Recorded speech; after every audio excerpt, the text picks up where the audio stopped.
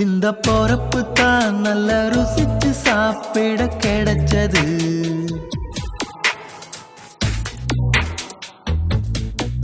அத நினைச்சுத்தான் மன உலகம் முழுவதும் பறக்குது.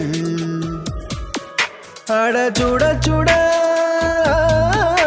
அட சுட சுட அந்த மதுர மல்லிப்பூ இட்லியே